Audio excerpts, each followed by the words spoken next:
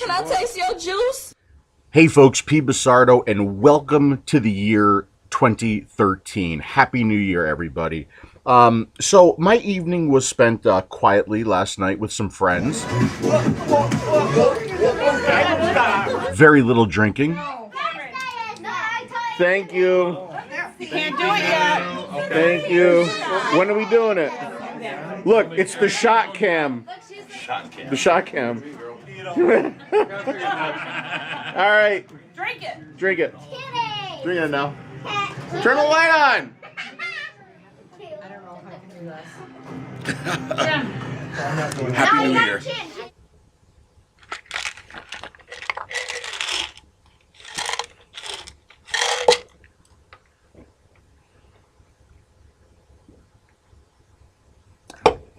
And now, let's get back into the game. My vape of choice last night was a EA or Electric Angel mod from Finland with an 18650, kicked with a Kierfanish Trap Tank, Bogue, Cartomizer, and some Melon Boba from Good Life Vapor.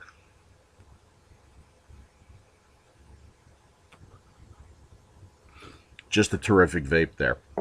So, I am not going to start off the new year with a review.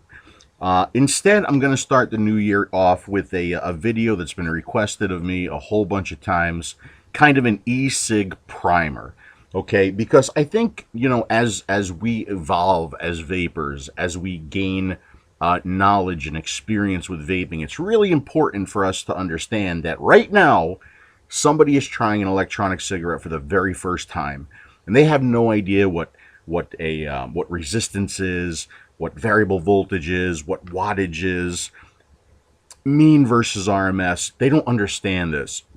And I think it's important for us who have experience to share our knowledge and our experience with these people who are just getting started with vaping, to support them stay off of traditional tobacco cigarettes. So that is my goal with this video.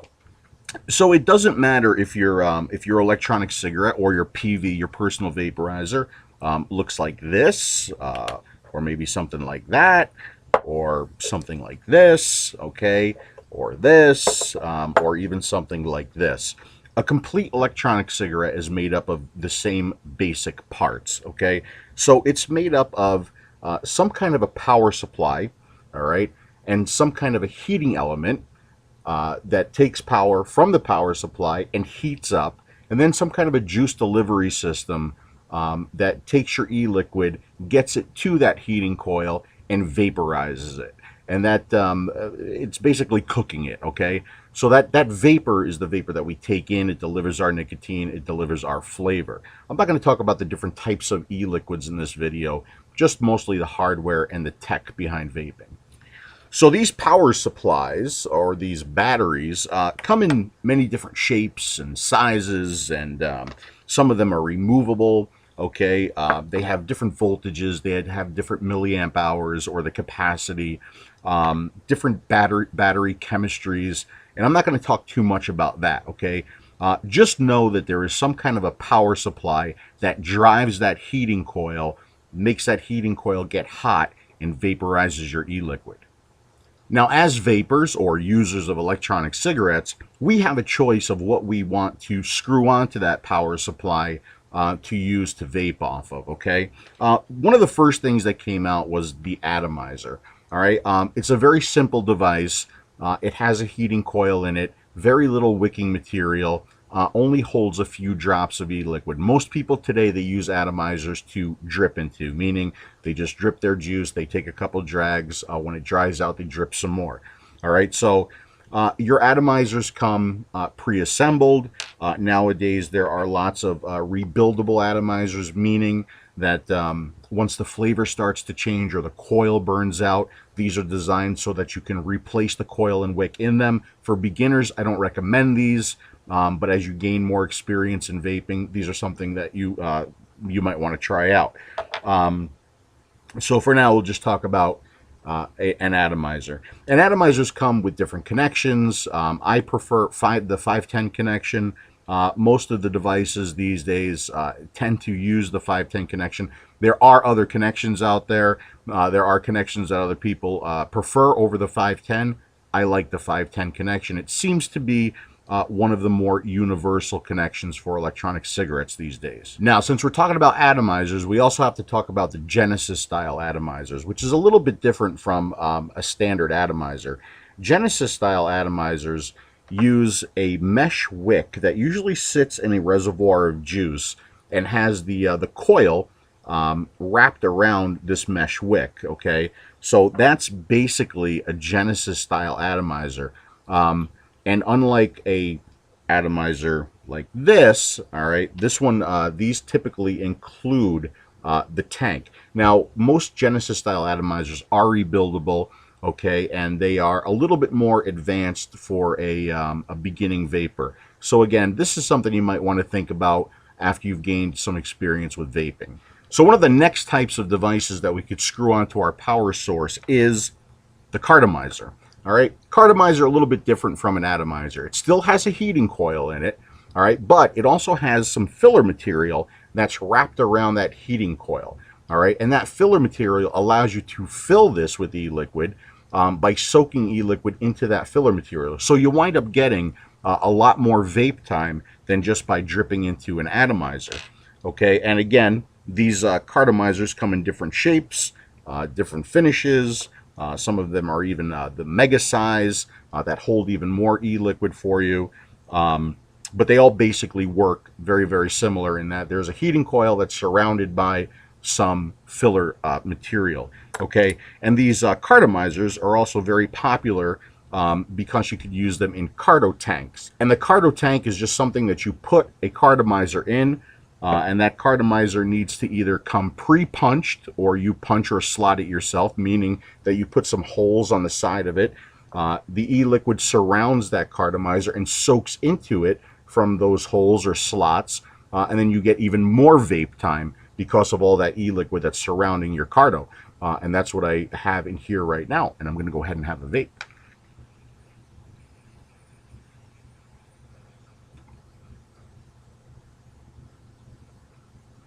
And then finally, one of the last major types of devices we can screw onto our power supply is a clearomizer. Okay, a clearomizer is similar to a cartomizer or a carto tank in that it holds e-liquid and it also has some kind of a heating element, all right? But the difference between a clearomizer and a cartomizer is the way the e-liquid gets to the heating coil. All right, so with a cartomizer, it gets to the heating coil because it's surrounded by that filler material, right? With a clearomizer, typically there's some kind of a wicking system in there, all right? Be it probably a silica wick, okay? And that wick directs the e-liquid to the heating coil. So there's no filler material in there, but usually just some type of a wicking system. Some of them work really good. Some of them, especially those with the wicks on the top, need to be tilted when you vape them so that that heating coil or so that those wicks can direct that e-liquid to the heating coil and make for a more fully saturated and enjoyable vape.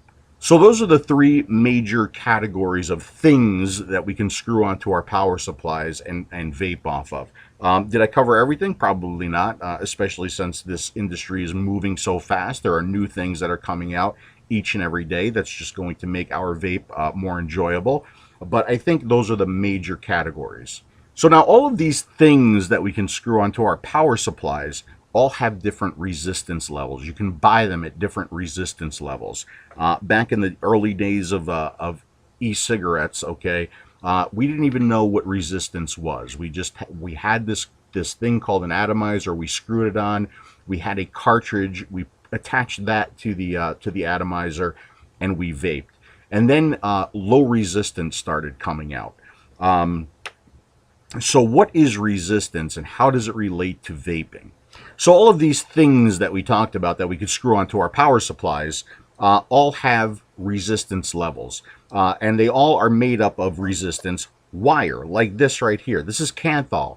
There's also nichrome that's used to make these coils. And the resistance of this wire is the opposition that the wire has to electrical current flowing through it. All right. So the lower the resistance of the wire or of the coil, all right, you need less volts to get it to temperature.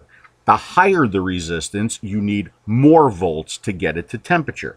That's really kind of why the low resistance devices came out, because before the days of variable voltage, we had like egos or 510s, and we wanted a more satisfying vape. We wanted a more full vape. We wanted more vapor, more throat hit, more flavor. So because these devices were 1 voltage and we couldn't adjust that voltage, low resistance came out, and it got that heating coil a little bit hotter on these standard voltage devices. Okay, so just know that the higher the resistance, okay, the more volts you're going to need to put into it to get the same vape as a lower resistance device on a lower voltage. Now, there are some vapors who prefer a higher resistance device at a higher voltage as opposed to a lower resistance device at a lower voltage. Personally, I have not done enough of side-by-side vaping to really deny or confirm that it is a better vape. For me, it's very, very subtle, and both are equally satisfying to me. So now we get into variable voltage. What is it and why do you want it? There are many different variable voltage devices on the market today. Some of them as simple as a twist battery that allows you to adjust the voltage by twisting the bottom cap. More complex devices that have screens and settings. Lots of different things to choose from. But what is it? Very simple, really. It's the ability to adjust the voltage up to give yourself a more satisfying vape.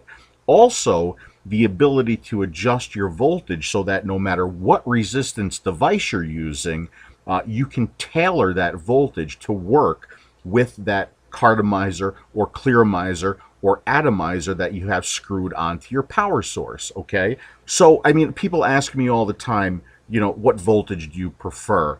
And there's no way for me to tell you what you're gonna like. It's really up to you to adjust your voltage to find your sweet spot. To find your sweet spot not only for what you have screwed onto your power source, but also to find the sweet spot of your e-liquid, okay? Because they're all a little bit different.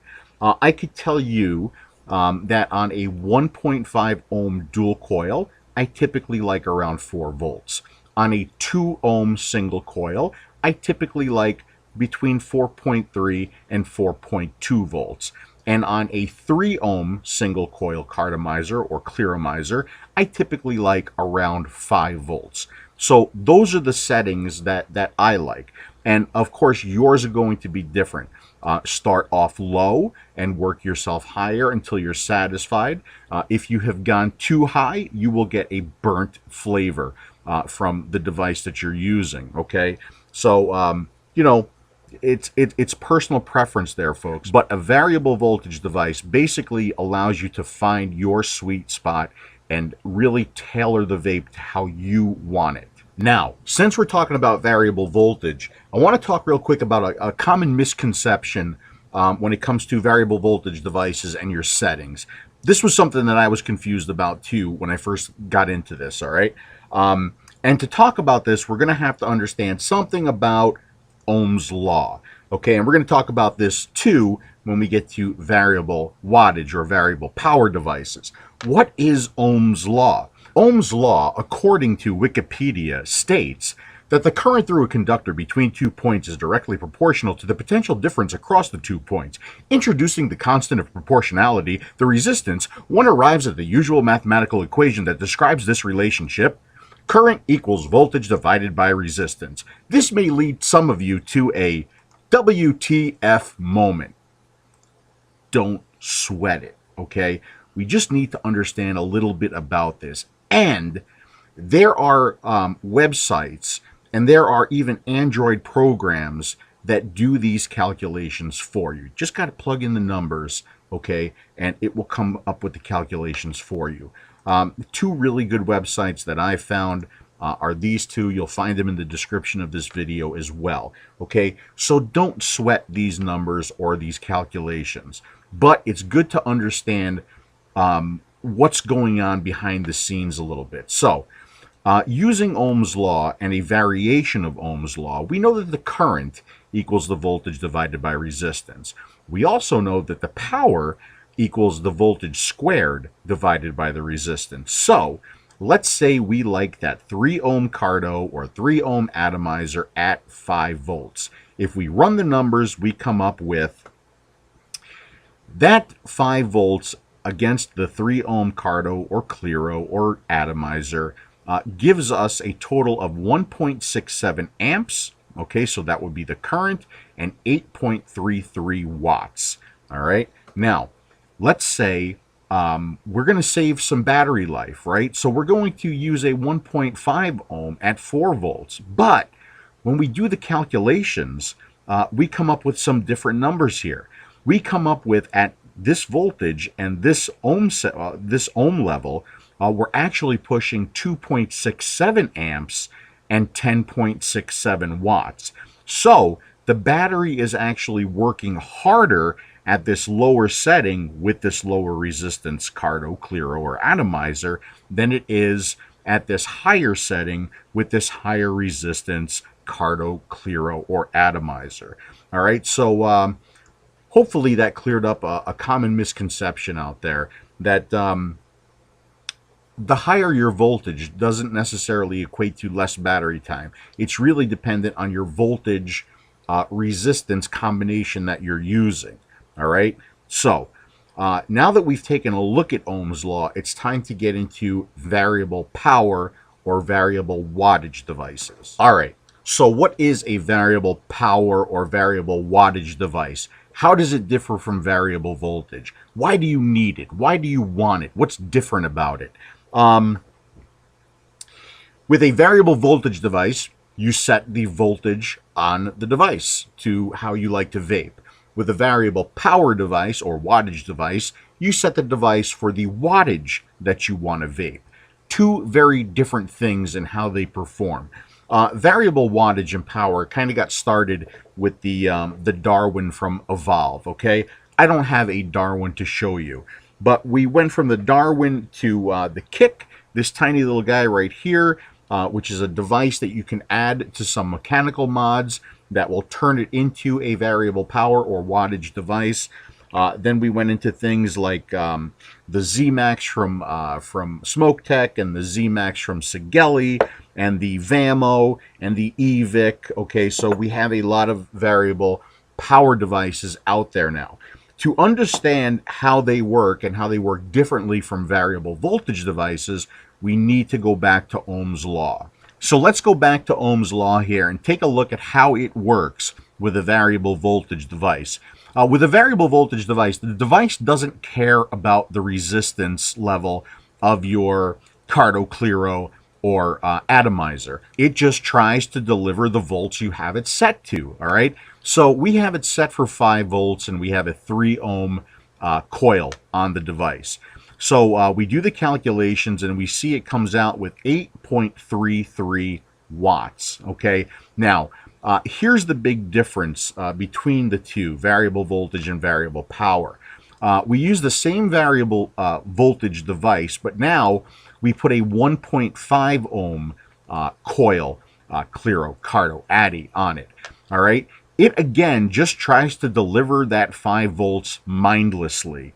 Okay, so what we come out with now is 16.67 watts, all right? And with that voltage resistance combination, we may very well wind up with burnt taste or a fried coil, okay? So that's how variable voltage works. It doesn't care about the resistance of your attached device. It only cares about trying to deliver the voltage you have it set for. Now, variable wattage is a lot different. So let's take a look at how variable wattage or power works. All right, we go to this formula that we just looked at before.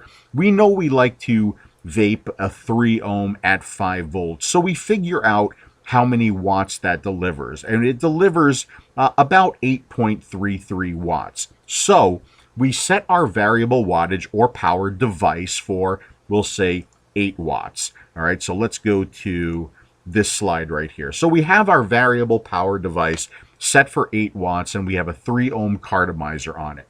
Now, a variable wattage or power device needs to know what the resistance of your attached device is, all right, because it needs to figure out or calculate the voltage that it's going to apply to give you this 8 watts. So we're going to look at another form of Ohm's law that states the voltage equals the square root of watts times resistance. So we do the calculations, all right, we plug in the numbers, we do the calculations, and the device automatically sets itself or automatically delivers 4.9 volts based on this 8 watt setting that you have, okay? Now here's where the big difference comes in. Now I'm going to unscrew my 3 ohm cartomizer, and I'm going to screw on a 2 ohm instead. Now I still have this device set for 8 watts. So when we plug in the numbers, okay, it now delivers 4 volts to that Carto, Clearo, or Atomizer automatically. So the real promise of a variable power or wattage device is that no matter what resistance level device you screw onto it, it's going to automatically adjust the volts to attempt to give you the same vape experience. All right, so you can screw a lower resistance on there, and it's not going to burn, it's not going to taste burnt, it's not going to fry your coil. It's going to automatically adjust the volts to the wattage setting of the device. Now, this falls apart a little bit at a lower ohm Carto, Clearo, or Addy. So we have that device set for 8 watts again, but now we have a 1.5 ohm, we'll say a dual coil cartomizer on here. So we run the numbers and it adjusts it to 4 or 3.46 volts. Now that may be a little bit anemic for some people. So although a variable power or wattage device attempts to give you the same vape experience, no matter what you screw onto it, you may still need to fine tune it a little bit to get or find your sweet spot based on the resistance of what you're using or the juice of what you're using. But it does get you close, okay? So with a variable voltage device, you kind of have to know what the resistance level is of the device you're screwing onto it. Typically, with a variable voltage device, you screw something on, you check your resistance, you adjust your voltage to that resistance device. With variable power, you can just screw on and vape, maybe with a little bit of fine tuning involved. But that's really the main difference between variable voltage and variable power. Now, another thing that you're going to hear me and other reviewers talk about are amp limitations on devices. What are amp limitations? How do they affect your settings? Guess what we have to look at again? Ohm's law. Okay, so let's go back to it. How does an amp limitation affect the settings on your device? Let's say this device has a 2.5 amp limitation on it. All right, so we're going to look at another form of Ohm's law that states voltage equals current in amps times the resistance in ohms. Okay, so we have a device that has a 2.5 amp limitation, and we have a 1.5 ohm atomizer, clearomizer, or cartomizer on it. When we punch in the numbers, we see that this device will deliver a maximum voltage of 3.75 volts on a 1.5 ohm device. So even if this device has a 5 volt setting, a 6 volt setting, or a 10 volt setting, this amp limitation is only going to push 3.75 volts. So if you think you're getting 5 volts, you're really not. It's dependent on this amp limitation that the device may have. And we can do this calculation for other resistance devices that you might want to screw on. And as long as you have this 2.5 amp limitation, you're only going to get up to 5 volts on a 2 ohm. And if your device had such a setting, up to 7.5 volts on a 3 ohm. So that's really how this amp limitation works on some of these devices. All right, so the last thing that I want to talk to you about is this concept of mean versus RMS tuning, okay? This really kind of happened a little bit late in the game in 2012. And it was because a lot of the reviewers, including myself, were looking at the average voltage of the output signals of these electronic cigarettes or personal vaporizers. Now, there were a lot of people in the e-cig community who disagreed with looking at the average voltage because the average voltage really doesn't tell the story, and it doesn't necessarily equate to the vaping experience, all right? So what happened was there was a gentleman by the name of Stoney who made a whole lot of noise in the community with this little guy right here.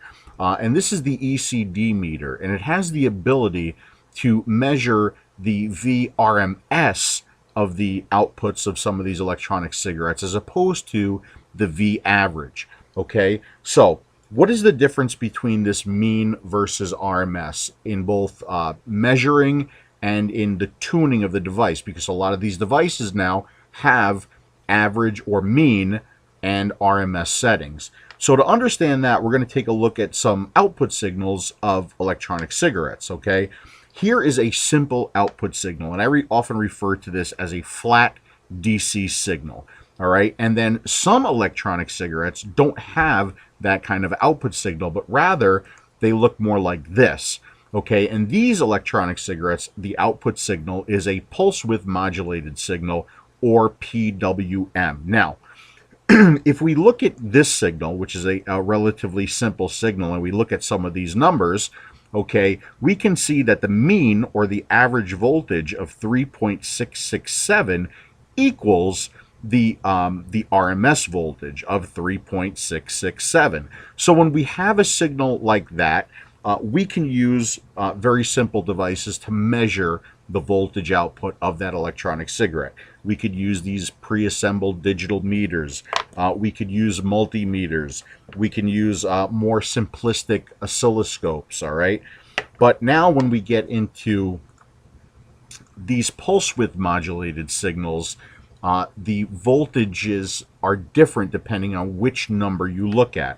So let's look at all of these numbers. Now, if we look at the mean voltage of this signal, we get 2.60 volts. But if we look at the RMS output of this signal, we get 3.639 volts.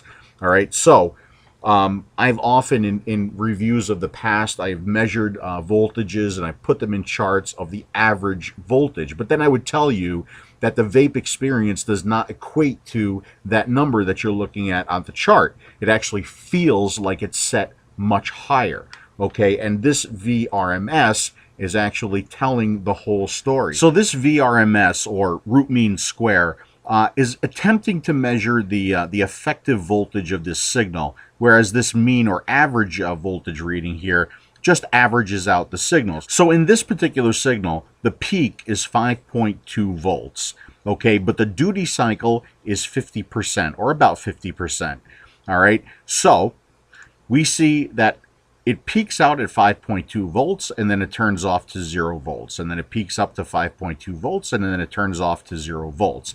And it's on for 50% of the time and off for 50% of the time. So if we measure this in its average or mean measurement, we get half of 5.2, which is 2.6 volts. But if we measure this with the root mean square, the RMS, we get 3.642 volts, okay? So the VRMS is actually higher than the V average. You can almost think about this as the coil turning on and the coil turning off, and the coil turning on and the coil turning off.